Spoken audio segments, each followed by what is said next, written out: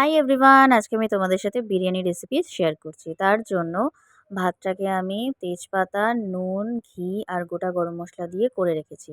এরপর একটা পাত্রের মধ্যে গরম জলে গুঁড়ো দুধ আর ঘরে বানানো বিরিয়ানি মসলা গুলে তারপর একে একে পরিমাণ মতো নুন, ঘি, কেওড়া জল, গোলাপ জল, মিঠা আতর আর ইয়েলো ফুড কালার দিয়ে ভালো করে গুলিয়ে রাখবো।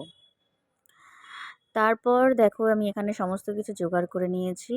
এরপর একটা বড় পাত্রে ঘিটাকে মাখিয়ে একে একে লেয়ারিং করব। ভাত, ওই দুধ, নুন ছড়িয়ে দিলাম, মাংসটা দিয়ে দিলাম, আগে থেকে সেদ্ধ করে রাখা ডিম, আলু, পেঁয়াজের বেরেস্তা সমস্ত দিয়ে সাজিয়ে নেওয়ার পর আবার ওই দুধ দিয়ে ভাতটাকে দিয়ে আবারও পেঁয়াজের বেরেস্তা, নুন, ঘি, ওই দুধটা দিয়ে ইয়েলো ফুড কালার ছড়িয়ে 30 মিনিটস লো ফ্লেমে বিরিয়ানিটা দমে বসালাম। এরপর রেডি হয়ে গেল আমাদের টেস্টি টেস্টি বিরিয়ানি।